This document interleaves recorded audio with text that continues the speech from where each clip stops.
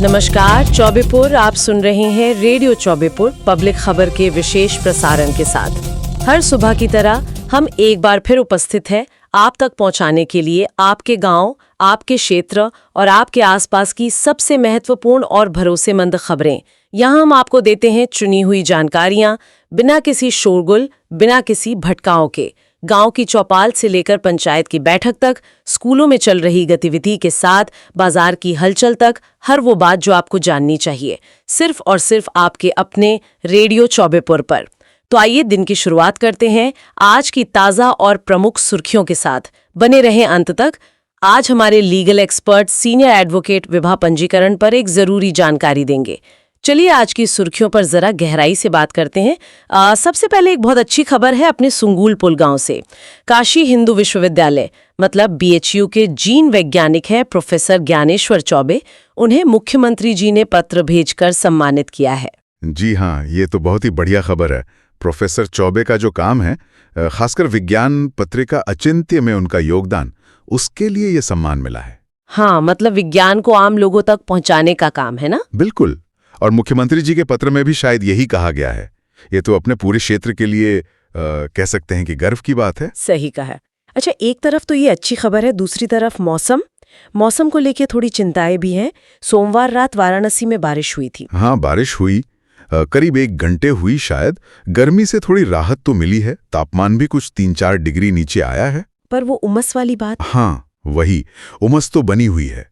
और मौसम विभाग ने तो अगले 3 दिनों के लिए ऑरेंज अलर्ट भी जारी किया है। अच्छा, ऑरेंज अलर्ट मतलब आंधी पानी की संभावना है। जी, संभावना है।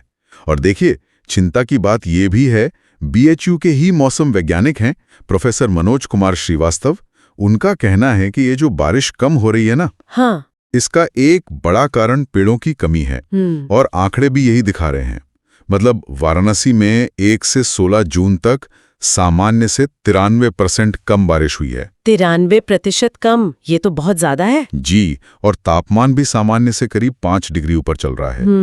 तो मानसून का इंतजार तो है ही सबको। उम्मीद है 23 जून तक आ जाए। उम्मीद करते हैं। चलिए अब कुछ दूसरी स्थानीय घटनाओं पर आते हैं। चौबेपुर इलाके से कुछ जमीन विवाद की खबरें हैं। बभनपुरा गांव का मामला है। हाँ, बभनपुरा में 2 पक्षों में मारपीट हुई है जमीन को लेकर। एक सरिता मिश्रा हैं, उनकी शिकायत पर पुलिस ने धनंजय अशोक समेत 7 लोगों पर मुकदमा दर्ज किया है। अच्छा। और एक और ऐसी घटना राजवारी गांव में भी हुई है। जी, राजवारी में भी जमीन का ही झगड़ा था। वहां सीता देवी के बेटे हैं ब्रिजेश मिश्र, उन पर फावड़े से हमला हुआ है। हालत थोड़ी गंभीर बताई जा रही है। ओह, कहाँ भर्ती कराया है उन्हें BHU ट्रॉमा सेंटर ले जाया गया है। इस मामले में भी पुलिस ने महेश, अनीश और 3 अन्य कुल 5 लोगों पर मुकदमा दर्ज किया है। ये जमीन के विवाद भी काफी बढ़ जाते हैं कभी-कभी। और एक और मारपीट की खबर है, ये तातेपुर कमौली गांव से दूधिये से मारपीट हुई है। हाँ, राजेश यादव नाम के दूधिये हैं। उनका कहना है कि करीब 23,000 रुपये बकाया थे। जब उन्होंने पैसे मांगे तो दीनू यादव और कुछ और लोगों ने उनके साथ मारपीट की। राजेश घायल भी हुए हैं। तो इस पर भी कार्रवाई हुई है? जी, चौबेपुर पुलिस ने दीनू यादव समेत 8 लोगों पर रिपोर्ट दर्ज की है। ये घटनाएं दिखाती हैं कि कैसे छोटे छोटे विवाद भी गंभीर रूप ले लेते हैं। सही बात है। अच्छा, अब जरा शिक्षा जगत की तरफ चलें। चिरई गांव के कंपोजिट विद्यालय पचराओं के जो निलंबित प्रभारी प्रधानाध्यापक थे छोटू राम, उन्हें बहाल कर दिया गया है। जी, जिला बेसिक शिक्षा अधिकारी डॉक्टर अरविंद कुमार पाठक ने जांच के बाद बहाली का आदेश दिया है, लेकिन साथ में एक परिनिंदा प्रविष्टि भी दी है। परिनिंदा प्रविष्टि, ये क्या होता है? ये एक तरह की चेतावनी या रिकॉर्ड में दर्ज की जाने वाली टिप्पणी होती है।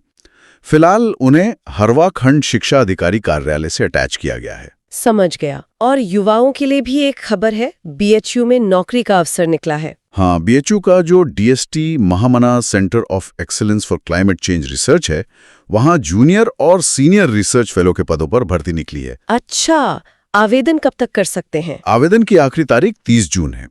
और वेतन भी अच्छा है, अधिकतम 58,650 रुपए तक मिलेगा। ये तो बढ़िया अवसर है, खासकर क्लाइमेट चेंज जैसे महत्वपूर्ण विषय में। बिल्कुल। और स्कूलों से जुड़ी एक और बात कि गर्मी की छुट्टियों के बाद सोमवार से परिषदीय विद्यालय खुल गए हैं।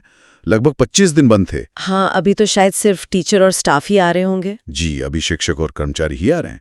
स्कूलों में साफ सफाई और जो नए एडमिशन हैं उन पर जोर दिया जा रहा है। ठीक है, और अंत में एक थोड़ी दुखद खबर है। चौबेपुर के चंद्रावती घाट के पास एक किशोर के डूबने की खबर है। हाँ, ये सोमवार की घटना है। रामपुर ट्रीटमेंट प्लांट के पास नहाते समय उगापुर के रहने वाले थे 15 साल के अमरजीत, वो गंगा में डूब गए। ओ, मिल पाए वो? अभी तक नहीं। एनडीआरएफ की टीम तलाश कर रही है।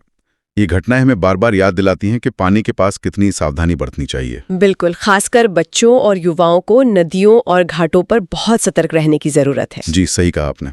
अब समय हो गया है हमारे लीगल एक्सपर्ट सीनियर एडवोकेट अनुपम तिवारी द्वारा दी जाने वाली जरूरी सलाह का। विवाह के पश्चात विवाह का पंजीकरण होना अनिवार्य है।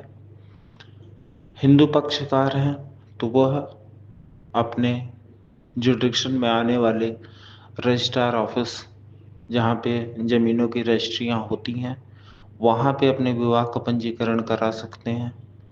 और यदि हिंदू पक्षकार नहीं है, मतलब पति पत्नी अलग अलग जाति के हैं या धर्म के हैं, तो स्पेशल मैरिज एक्ट में अपने विवाह का पंजीकरण करा सकते हैं। पंजीकरण विवाह का होना इसलिए भी आवश्यक है क्योंकि यदि आप फॉरेन ट्रिप पे जाना चाहते हैं, पासपोर्ट बनवाना चाहते हैं, बैंक अकाउंट जॉइंट में खुलवाना चाहते हैं, या कोई लीगल मैटर होता है लाइक डिवोर्स, तो भी फैमिली कोर्ट इत्यादि में विवाह पंजीकरण का जो प्रमाण पत्र होता है वो मैरिज प्रूफ माना जाता है।